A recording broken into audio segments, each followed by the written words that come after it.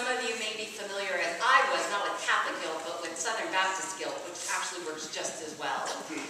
Jewish mothers have it down, you know, I'll just stand over here in the corner.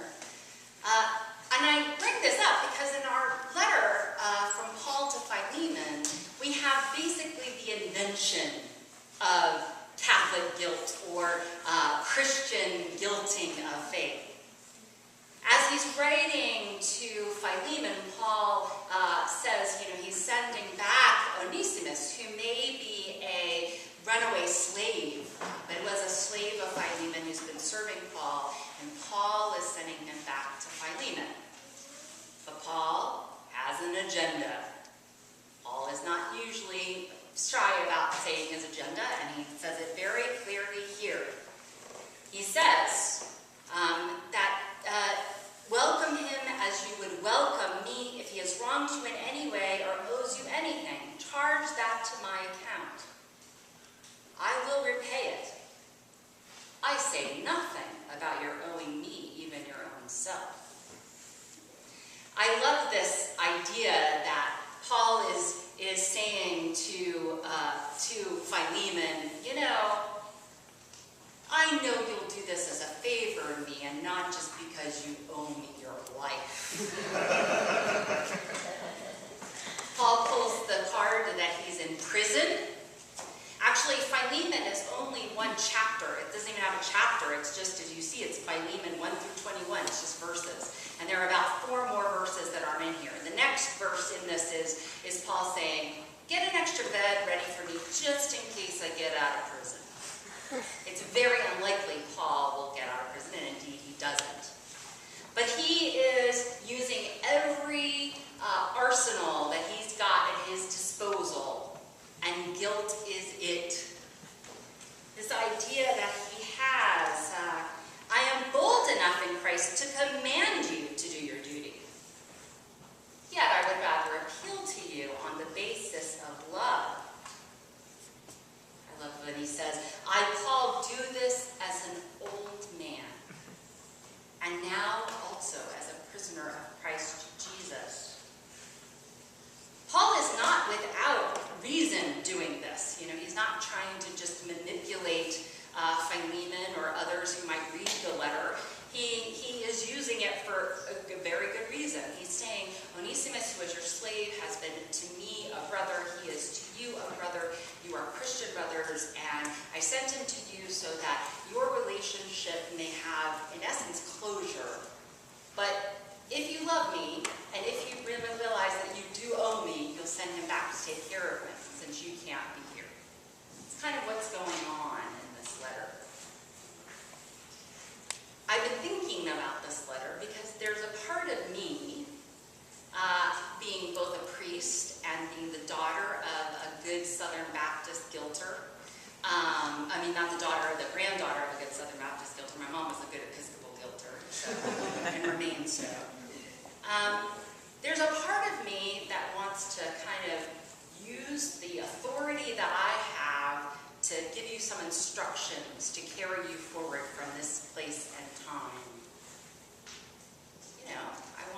Somebody asked me the other day, very sincerely, are we, St. Michael's, going to be all right when you leave? The short answer is yes. Yes, yes, you are. This is a vibrant, generous, loving congregation. But my friends, that does not mean it's easy.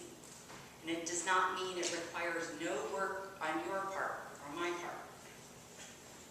So this is kind of my opportunity to say to people, sometimes when a rector leaves, people kind of go, oh, well, Father Leslie's not there anymore. Maybe I'll just kind of, go somewhere else where I like the priest. That we don't really know who's going to be there yet. And I say, keep your butts in the pews. But I'm preaching to the choir. It's Labor Day weekend, and you're sitting here in a church. So I realize that perhaps you're not the most direct audience for that particular argument. But I use it nonetheless. because it's important to know that moving forward in faith, as God is calling me, so God is calling you. I don't know how many of you have experience with therapy, but I do have a lot of experience with therapy, and I'm a big fan of it. I don't understand how any priest could manage to get through life without someone to really process all the kinds of demands and emotions and all the work that we do. But finding a new therapist is harder than finding a new hairstylist.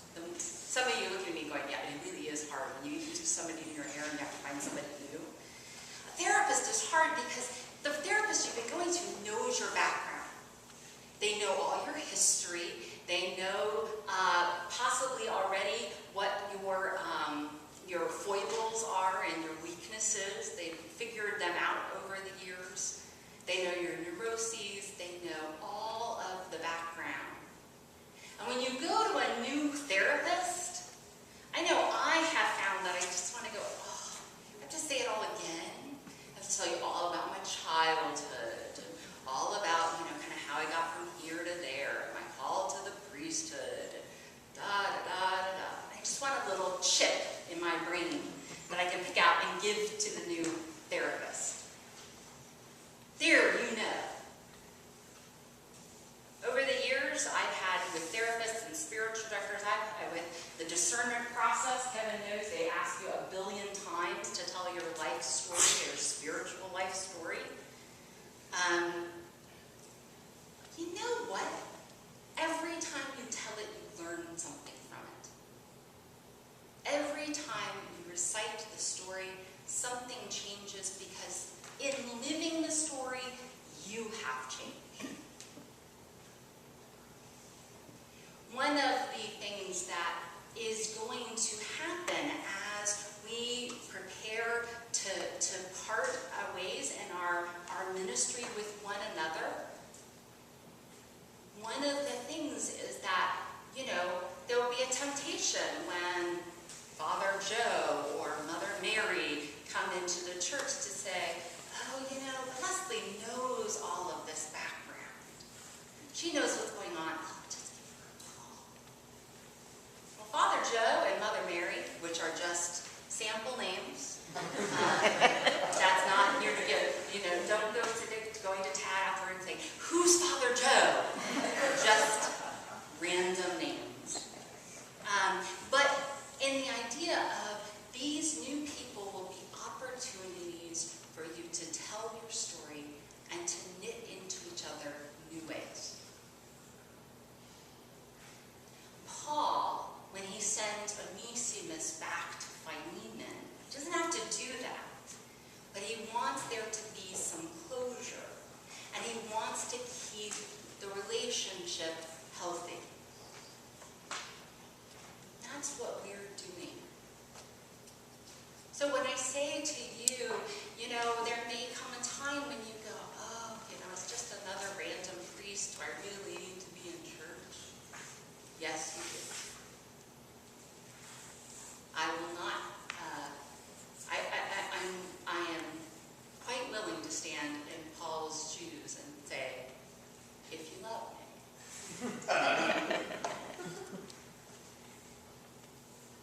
But I do that because it is part of faith that moves forward. We've talked a lot about moving forward in faith.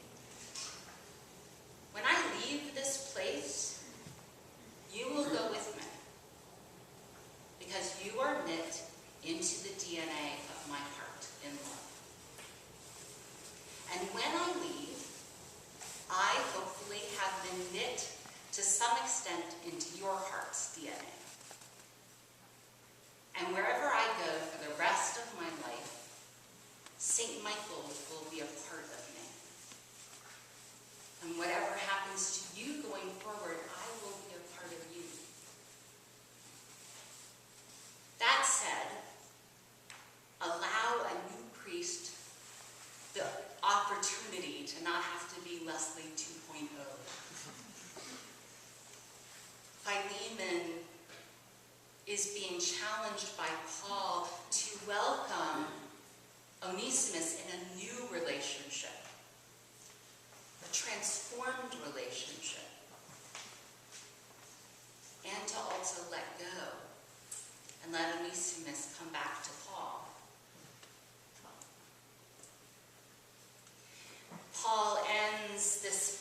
particular section by saying, I'm writing to you, confident in your obedience, knowing that you will do even more than I say. You will be capable of things you have no idea rest within you. Those who have served on search committees either here or before know that that process of finding yourself, of telling the story yet again, is not simply an exercise in futility, but a part of growing and moving forward in faith.